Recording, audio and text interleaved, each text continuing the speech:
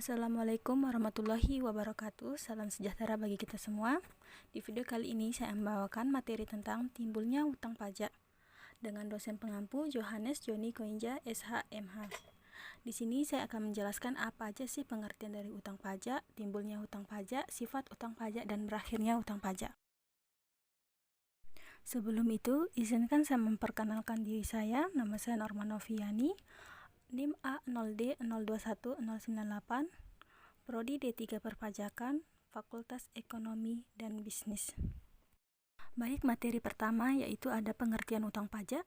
Menurut hukum perdata, utang adalah perikatan yang mengandung kewajiban bagi salah satu pihak, baik perorangan maupun badan sebagai subjek hukum, untuk melakukan sesuatu prestasi atau tidak melakukan sesuatu yang menjadi hak pihak lainnya.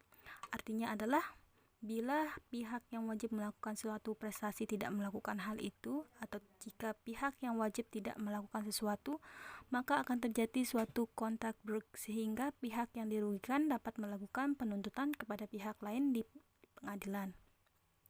Sebab timbulnya hutang perdata pada umumnya karena adanya perikatan yang dikuasai oleh hukum perdata. Dalam perikatan, maka pihak yang satu berkewajiban memenuhi apa yang menjadi hak dan pihak lain.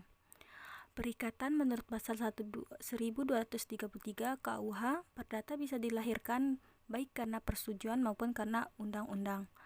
Perikatan yang timbul dari undang-undang dibedakan dalam dua golongan, yaitu yang pertama, perikatan yang timbul karena undang-undang saja, yang kedua, perikatan yang timbul karena undang-undang dan perbuatan manusia. Menurut pasal 1 angka 8 Undang-Undang Nomor 19 Tahun 2000 tentang penagihan pajak dengan surat paksa, pengertian utang pajak adalah pajak yang masih harus dibayar termasuk sanksi administrasi berupa bunga, denda, atau kenaikan yang tercantum dalam surat ketetapan pajak atau surat sejenisnya berdasarkan peraturan perundang-undangan perpajakan.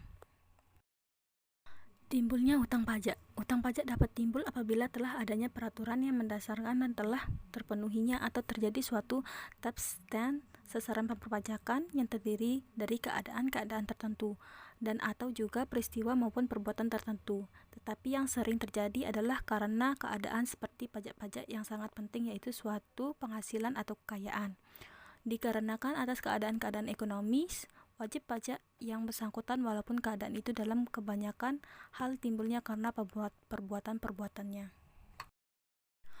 Apabila melihat timbulnya utang pajak, ada dua ajaran yang mengatur tentang timbulnya utang pajak tersebut, yaitu pertama, ajaran formil, yaitu utang pajak timbul karena dikeluarkannya surat ketetapan pajak oleh Fiskus.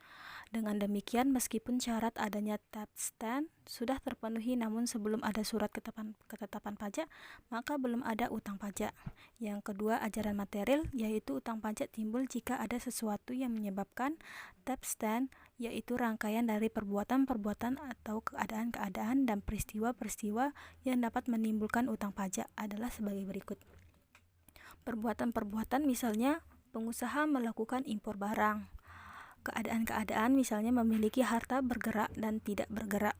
Peristiwa misalnya mendapat hadiah undian. Sifat utang pajak. Sifatnya memaksa yang bisa dilakukan melalui surat paksa hingga pemberitahuan melaksanakan penyitaan. Yang kedua, dapat pula wajib pajak yang terutang menunjuk orang lain untuk melunasi utang pajak yang dimilikinya. Yang ketiga, utang pajak dapat ditagih sekaligus tanpa harus menunggu waktu yang jatuh tempo. Yang keempat, dapat dilakukan penyanderaan dan pencegahan untuk keluar dari wilayah Indonesia selama 6 bulan dan dapat diperpanjang lagi. Yang kelima, mempunyai hak mendahulu terhadap hutang yang lain. Berakhirnya hutang pajak. Yang pertama, pembayaran atau pelunasan. Pembayaran atau pelunasan pajak dapat dilakukan wajib pajak dengan menggunakan surat setoran pajak atau SSP atau dokumen lain yang dipersamakan. Yang kedua, kompensasi. Kompensasi dapat dilakukan antara jenis pajak yang berbeda dalam tahun pajak yang sama, misalnya antara kelebihan pembayaran PPh dengan kekurangan pembayaran PPN, ataupun antara jenis pajak yang sama dalam tahun yang berbeda, misalnya kelebihan pembayaran PPh tahun lalu dengan kekurangan pembayaran PPh tahun berjalan.